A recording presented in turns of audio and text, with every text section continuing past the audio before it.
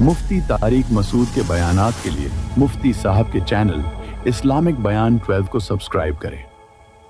دو طرح کے حکام ہوتے ہیں، ایک ہر مذہب میں دو طرح کے حکام ہوتے ہیں، ایک آپ کا خالق اور مخلوق کا آپس میں ریلیشن کیسا ہونا چاہیے، دوسرا مخلوق کا آپس میں ریلیشن بولے کیسا ہونا چاہیے، پھر مخلوق کے آپس کے ریلیشن میں گھر کا ریلیشن کیسا ہونا چاہیے، اس کے کیا احکام ہے، ایک اسٹیٹ کا، اسٹیٹ میں کون سا لا نافذ ہوگا، پورے ریاست کے اصولوں پہ چلے گی، خالق اور مخلوق کے جو براہ راست احکام ہیں ان کو عبادت کہا جاتا ہے، ہر مذہب میں ہوتی ہے، ہندو جاتے ہیں مندر میں اپنے بتوں کے سامنے جھکتے ہیں، سکھوں کی عبادت کا ایک الگ طریقہ ہے، عیسائیوں کی عبادت کا ایک الگ طریقہ ہے، آپ اسلام کی نظام عبادت صرف ذرا دوسرے مذاہب سے اور دوسرے نظام سے کمپیئر کرو، ایتھیس اور جو ملحد لوگ ہیں، سیکولر لوگ ہیں، ان کے پاس خالق اور مخلوق کے رشتے کا تو کوئی تصور سرے سے ہے ہی نہیں، انہوں نے تو ایک لمبی پھینک دی کہ خالق ہے ہی نہیں، یعنی اتنا بڑا بلنڈر کیا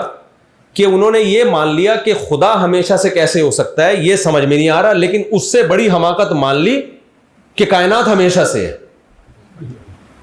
یعنی ایک عجیب سی بات ہے نا۔ میں ایک چھوٹا سا واقعہ سناتا ہوں نا آپ کو، میرا بھی ایتھیزم کے خلاف بیان کرنے کا موڈ نہیں ہے ابھی تو میں، لیکن یہ بیچ میں آ گیا ہے تو جیسے عامل اگر کہیں آ جائے نا بیچ میں تو میں رگڑتا ہوں لازمی، کوئی بھی جن چڑیل بھوت بھگانے والا میرے بیان کے دوران اس کا کسی سے کہیں سے بھی تذکر آ جائے تو میں 2-4 دفعہ اس کو برا بھلا کہتا ہوں، کیونکہ میرے اس سے مجھے کافی وہ ملتی ہے، مجھے انرجی ملتی ہے کافی اس سے۔ تو ہمارے ایک دوست نے، انہوں نے بتایا کہ میرے پروفیسر نے مجھے کہا، وہ ایتھیس تھے، مجھے کہا کہ یار گاڑی کے ایکسیلریٹر پہ جب میں پاؤں رکھتا ہوں تو وہ چلتی ہے، بریک پہ پاؤں رکھتا ہوں تو وہ رکتی ہے، تو خدا کہاں ہے؟ یعنی ہر کام کسی لاجک سے ہو رہا ہے نا بھائی، ہر کام کی ایک لاجک ہے، بریک لگاؤ گے تو رکے گی، ایکسیلریٹر پہ پاؤں رکھو گے تو چلے گی، خدا کو تو میں جب مانوں کہ جب بریک پہ پاؤں رکھوں تو چلے اور ایکسیلریٹر پہ پاؤں رکھوں تو خدا اس کو روک دے، یہ تو ہر کام لاجک سے ہو رہا ہے، جب ادھر اسپیڈ پہ پاؤں رکھو تو چلے گی، بریک پہ پاؤں رکھو تو رکے گی۔ میں نے کہا آئندہ اپنے، وہ کہتے ہیں میں تو لاجواب ہوں، ہمارا شاگرد مجھے کہنے لگے میں تو پروفیسر صاحب کی بات سن کے لاجواب ہو گیا، میرے پاس کوئی جواب ہی نہیں تھا۔ اچھا یہ صاحب ہوئے بھی مسلمان تھے، تو میں نے ان سے کہا آئندہ آپ کے پروفیسر صاحب کہیں نا کہ گاڑی پہ پاؤں رکھتے ہیں تو ہم چلتی ہے، بریک پہ پاؤں رکھتے ہیں تو ہم وہ گاڑی رکتی ہے، تو خدا کہاں ہے؟ میں نے ان سے بولو کہ گاڑی اگر رکی ہوئی ہے، اس کی کنڈیشن کو چینج کرنے کے لیے، اس کی ایک کنڈیشن ہے رکی ہوئی حالت میں، اس میں موومنٹ پیدا کرنے کے لیے موور کی ضرورت ہے اور روکنے کے لیے اسٹاپر کی ضرورت ہے، تو کیا وہ گاڑی جو ایک حالت سے دوسری حالت میں چینج نہیں ہو رہی چینجر کے بغیر، وہ پیدا ہو سکتی ہے کریٹر کے بغیر؟ نہیں آئی میرے خیال میں بات۔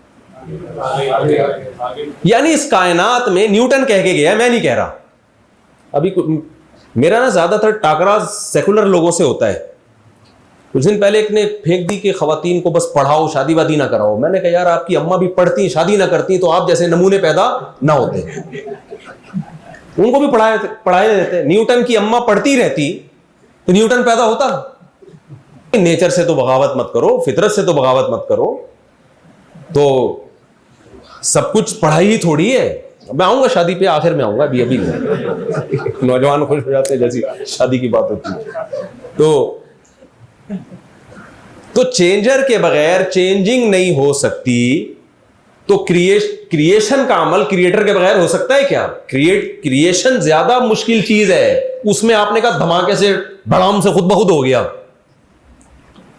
میں اس کا مخالف نہیں ہوں دھماکے کا، لیکن وہ دھماکہ کیا گیا ہے بھائی، خود بخود نہیں ہوا، وہ کسی بہت ذہین دماغ نے وہ دھماکہ کیا ہے، اتنے ڈسپلن کے ساتھ دھماکہ ہوا ہے کہ وہ آپ زیادہ اس کی سائنس کے اسٹوڈنٹس ہیں آپ میں سے بہت سارے لوگ، آپ اس دھماکے کی ڈیٹیل زیادہ جانتے ہوں گے کہ وہ بھائی تھوڑا سا بھی اس میں ڈس بیلنس ہو جاتا نا تو ہم اور آپ وجود میں نہیں آتے، ہماری ایسی کی تیسی ہو جانی تھی۔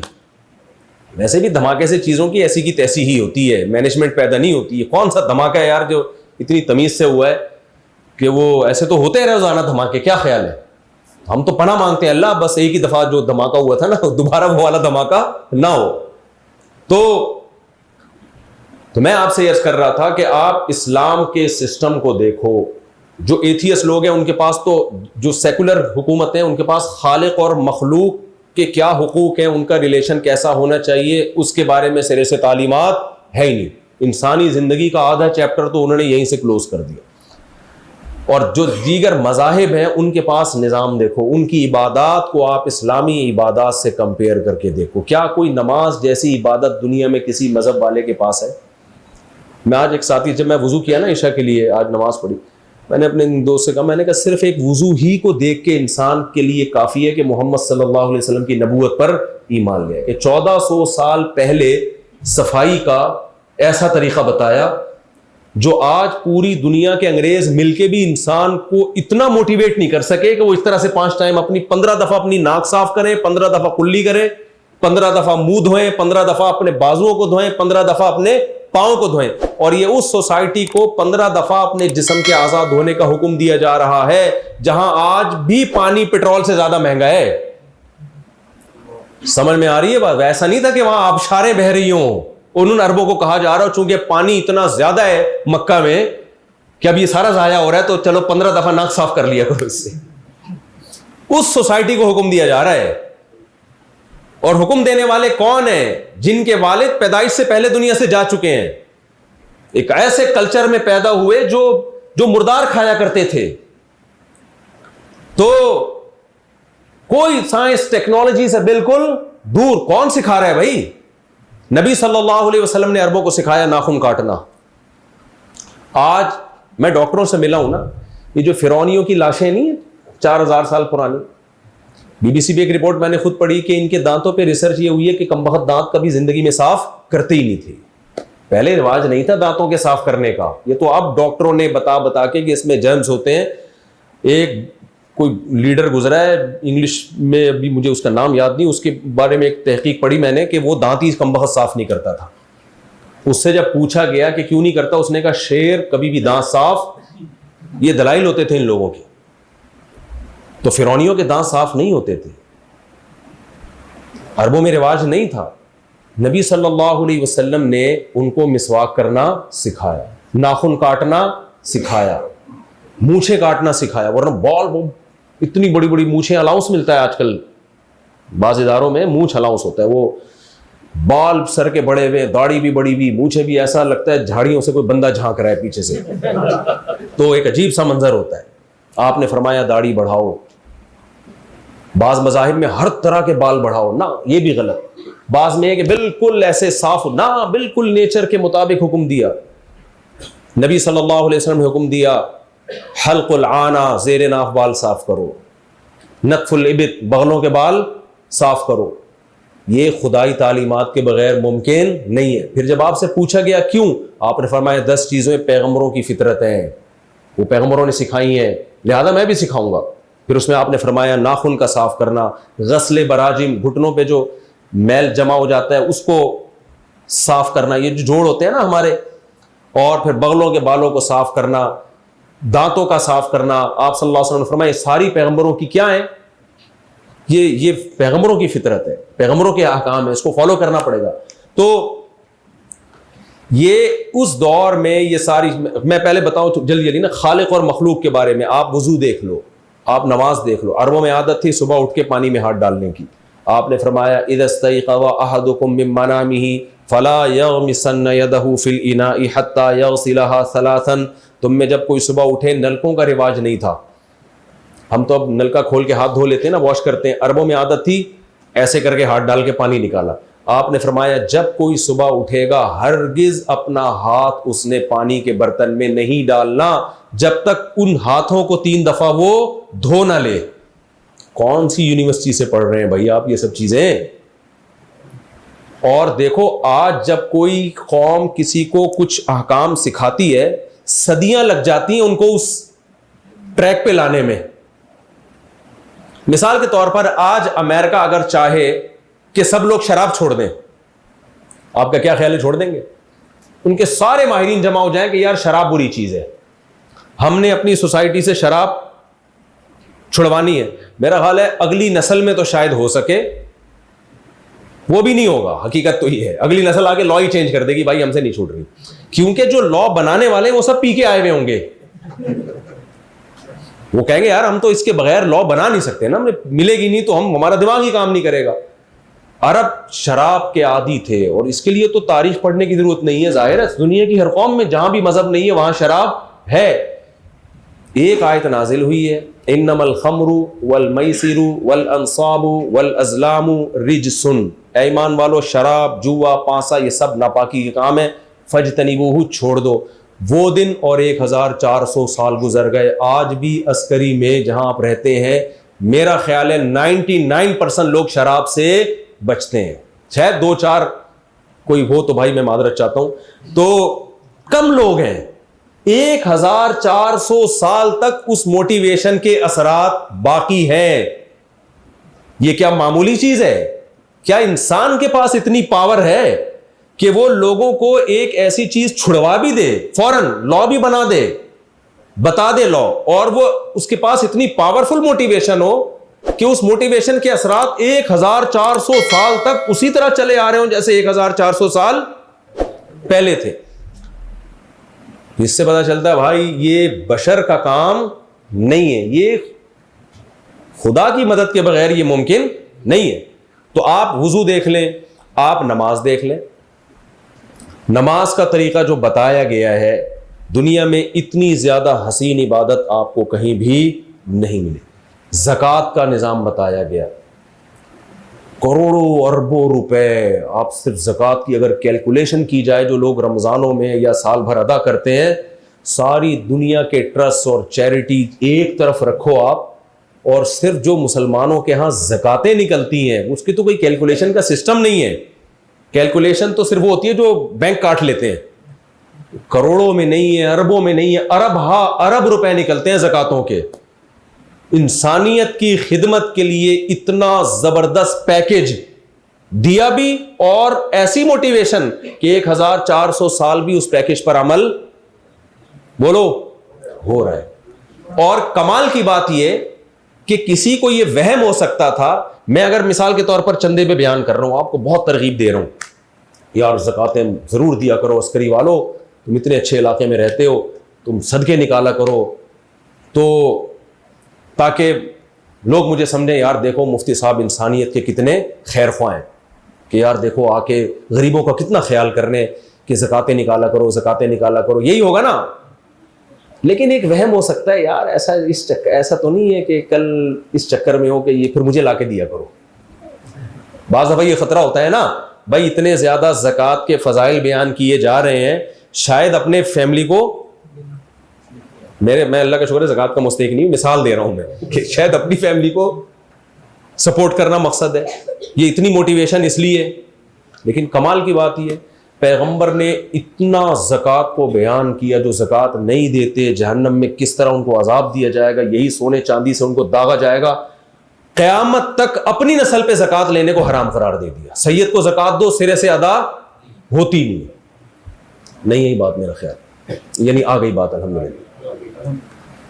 یعنی آپ کی آل اولاد, سیدہ علی کی آل اولاد, حضرت عباس کی آل اولاد, جو آپ کے کزن ہیں وہ بھی, آپ کی اپنی بیٹی بھی, قیامت تک یہ نہیں کہ ان کو زکوٰۃ دینا جائز ہی نہیں ہے, زکوٰۃ دی تو ادا نہیں ہوگی, آپ کے ذمہ فریضہ رہ جائے گا. یہ وہم بھی ختم کر دیا کہ بھائی یہ میں معاذ اللہ کوئی اپنے خاندان کے لیے کر رہا ہوں, یہ دوسروں کے لیے ہے. اور پھر اس پر عمل کیسا ہوا ہے. آپ مسلمانوں کے تہوار دیکھ لو, دنیا میں ہر مذہب والوں کے اپنے کچھ تہوار ہوا کرتے ہیں. ہندوؤں کی ہولی ہوتی ہے, عیسائی کرسمس پہ جو کچھ کرتے ہیں ان کی ایک عید ہوتی ہے. مسلمانوں کے پاس 2 عیدیں ہیں. آپ مسلمانوں کے تہوار جیسا تہوار کسی مذہب سے لا کے دکھا دو. پہلی بات, تہوار کا وقت صبح رکھا گیا ہے, رات نہیں, کیونکہ رات میں جب آپ خوشیاں مناتے ہو تو شراب کباب کی طرف آپ کا دل زیادہ مائل ہوتا ہے. ہماری عید الفطر, عید الاضحیٰ رکھی گئی صبح کے وقت میں. سمجھ میں آ رہی ہے بات کہ نہیں آ رہی؟ کس وقت رکھی گئی ہے؟ صبح. اس میں نماز رکھی گئی ہے, تمیز سے ابتدا ہوگی تاکہ شراب کباب کی طرف تمہاری کھوپڑی, سوری آپ لوگ عسکری والے لوگ ہیں, تمہارا دماغ نہیں جائے. تو اس طرف جائے گا ہی نہیں. یہ مذہبی تہوار سمجھ کے ہی اس کو مناؤ گے تم. غلط چیزوں کی طرف نہیں جاؤ گے. صبح کے وقت رکھے گئے ہیں تہوار. دوسری بات یہ نیچرل خوشی کے تہوار ہیں. ہندو ہولی مناتا ہے, کس بات کی خوشی کہتے ہیں؟ بس ہماری خوشی کا دن ہے. بھائی خوشی کا کوئی سبب ہو تو خوشی ہوتی ہے. میں فہد بھائی سے کہتا ہوں فہد بھائی خوش ہو جاؤ, فہد بھائی تھوڑا سا مسکرائے گا, یوں کرے گا, یہ کوئی نیچرل خوشی ہوگی؟ میں فہد بھائی سے کہہ دوں کہ نہیں کہہ رہا میں, کیونکہ وہ خواتین بیان سن رہی ہیں, تو میں ایک مثال دینا چاہ رہا تھا جو میں نہیں دوں گا, لیکن میں دینا یہ چاہ رہا تھا کیونکہ کہ بھائی آپ کے لیے ایک اچھا رشتہ میں نے دیکھ لیا ہے. ایک مثال دے رہا ہوں, لیکن دیکھا نہیں ہے, میں جھوٹ بول رہا ہوں. تو پھر جو ان کی ایک دم باچھیں کھلیں گی وہ کسی وجہ سے خوشی ہے نا. کیا خیال ہے بھائی؟ عیسائی کہتے ہیں 25 دسمبر کو عیسیٰ علیہ السلام پیدا ہوئے. کہتے ہیں, میں اس بحث میں نہیں پڑھ رہا کہ واقعی اس دن پیدا ہوئے نہیں ہوئے, فرض کرو ہوئے, تو اب وہ تو 2000 سال پہلے پیدا ہوئے ہیں نا, آج تھوڑی پیدا ہو رہے ہیں جو آپ کو خوشی ہو رہی ہے. یہ نیچرل نہیں ہے. لیکن مسلمانوں کو جو تہوار دیے گئے ہیں اس میں 2 خوشیاں ہوتی ہیں, جسمانی بھی اور روحانی. 1 مہینہ روزے رکھوائے جاتے ہیں, پھر 1 مہینے کے بعد جب آپ کھانے پینے سے اجتناب کرتے ہیں, نہ اس میں پان کھایا, نہ گٹکا کھایا, نہ نسوار, نہ استغفر اللہ چرس پہ آ رہا تھا میں, تو اب کیونکہ جو سوسائٹی میں ہو رہا ہے میں تو وہی بتاؤں گا نا. تو 1 مہینے بعد جب آپ کو چھٹی ملی, خود بخود خوشی ہوتی ہے کہ نہیں ہوتی انسان؟ یار کل سے ہم نارمل روٹین کے مطابق کھانا کھانا شروع کریں, صبح 8 بجے ناشتہ کریں گے, چائے پیئیں گے, آفس میں جائیں گے, چائے پیئیں گے, جو بھی ہماری, کیونکہ سارا دن بھوکا پیاسا رہنا بہرحال انسان کو ڈسٹرب کرتا ہے. پائلٹوں کو روزہ نہیں رکھنے دیا جاتا. میں نے پائلٹوں میں, تم روزہ رکھ کے کیا جہاز نہیں اڑاؤ گے؟ انہوں نے کہا یار انسان کا دماغ نہیں صحیح طرح ایکٹیو ہوتا. تو 1 مہینے کے بعد جس نے واقعی میں روزے رکھے ہوں, عید کے دن اس کو واقعی میں خوشی ہوتی ہے, تو اس کو خوشی منانی نہیں پڑتی, خوشی اس کو خود بخود ہو رہی ہوتی ہے. یہ جسمانی خوشی ہے. روحانی خوشی کیا ہے؟ یار اتنی بڑی عبادت اللہ نے ہم سے کروا لی.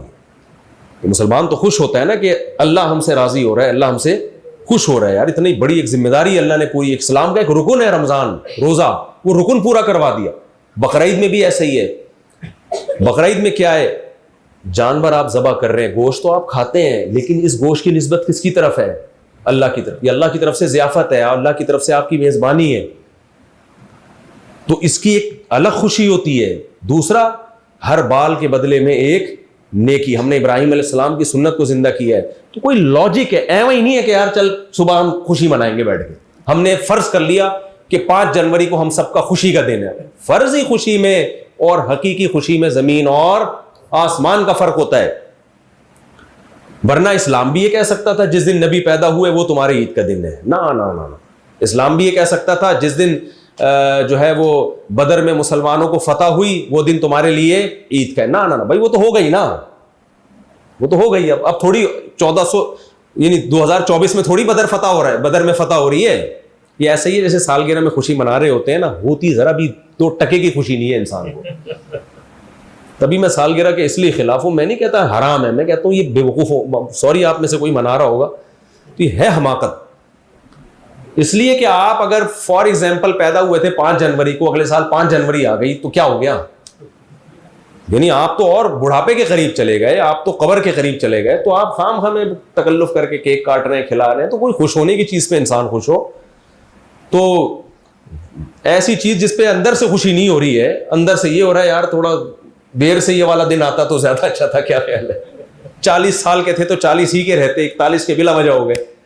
تو یہ گوروں کی نا تکلفات ہیں کچھ, کہ ان کو تو خوشی کے لیے کچھ کرنا پڑتا ہے ان کو خوش ہونے کے لیے. تو آپ اسلام کا عبادت کا نظام دیکھیں, آپ اسلام کا رمضان کا نظام دیکھیں.